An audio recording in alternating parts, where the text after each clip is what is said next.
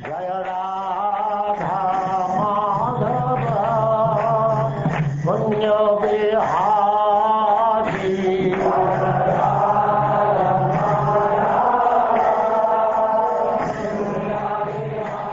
And now chapter 31.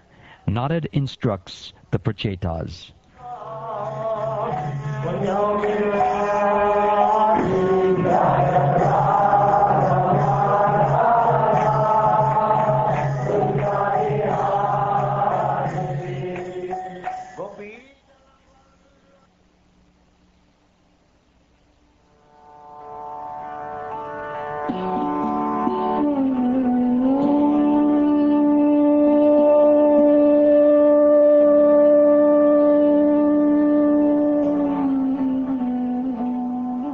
The great Saint Maitreya continued.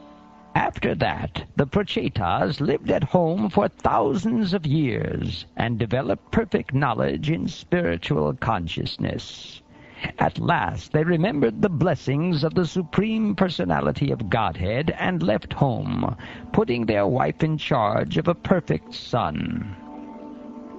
The Prachetas went to the seashore in the west, where the great liberated sage Jajali was residing. After perfecting the spiritual knowledge by which one becomes equal toward all living entities, the Prachetas became perfect in Krishna consciousness. After practicing the yogasana for mystic yoga, the Prachetas managed to control their life air, mind, words, and external vision. Thus, by the pranayama process, they were completely relieved of material attachment. By remaining perpendicular, they could concentrate their minds on the uppermost Brahman. While they were practicing this pranayama, the great sage Narad, who is worshipped both by demons and by demigods, came to see them. As soon as the Prachetas saw that the great sage Narad had appeared, they immediately got up even from their asanas. As required, they immediately offered obeisances and worshipped him. And when they saw that Narad Muni was properly seated, they began to ask him questions. All the Prachetas began to address the great sage Narad. O great sage, O Brahmin, we hope you met with no disturbances while coming here. It is due to our great fortune that we are now able to see you. By the traveling of the sun, people are relieved from the fear of the darkness of night, a fear brought about by thieves and rogues. Similarly, your traveling is like the sun's, for you drive away all kinds of fear. O Master, may we inform you that because of our being overly attached to family affairs, we almost forgot the instructions we received from Lord Shiva and Lord Vishnu? Dear Master, kindly enlighten us in transcendental knowledge, which may act as a torchlight by which we may cross the dark nescience of material existence.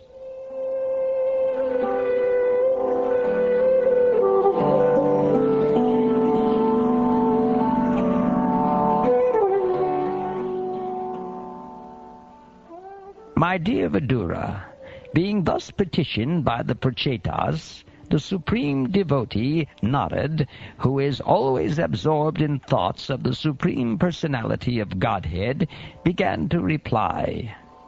The great sage Narad said, When a living entity is born to engage in the devotional service of the Supreme Personality of Godhead, who is the Supreme Controller, his birth, all his fruitive activities, his lifespan, his mind, and his words are all factually perfect. A civilized human being has three kinds of births. The first birth is by a pure father and mother, and this birth is called birth by semen. The next birth takes place when one is initiated by the spiritual master, and this birth is called Savitra. The third birth, called Yajnika, takes place when one is given the opportunity to worship Lord Vishnu. Despite the opportunities for attaining such births, Even if one gets the lifespan of a demigod, if one does not actually engage in the service of the Lord, everything is useless. Similarly, one's activities may be mundane or spiritual, but they are useless if they are not meant for satisfying the Lord. Without devotional service, what is the meaning of severe austerities, the process of hearing, the power of speech, the power of mental speculation, elevated intelligence, strength, and the power of the senses? Transcendental practices that do not ultimately help one realize the Supreme Personality of Godhead are useless, be they mystic yoga practices, the analytical study of matter, severe austerity, the acceptance of sannyas, or the study of Vedic literature. All these may be very important aspects of spiritual advancement, but unless one understands the Supreme Personality of Godhead, Hari, all these processes are useless. Factually, the Supreme Personality of Godhead is the original source of all self-realization. Consequently, the goal of all auspicious activities, karma, jnana, yoga, and bhakti, is the Supreme Personality of Godhead.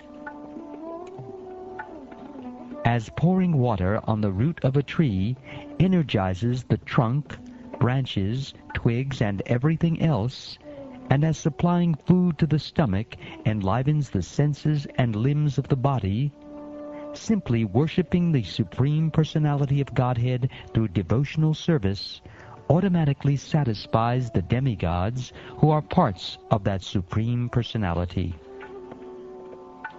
During the rainy season, water is generated from the sun, and in due course of time, during the summer season, the very same water is again absorbed by the sun. Similarly, all living entities, moving and inert, are generated from the earth, and again, after some time, they all return to the earth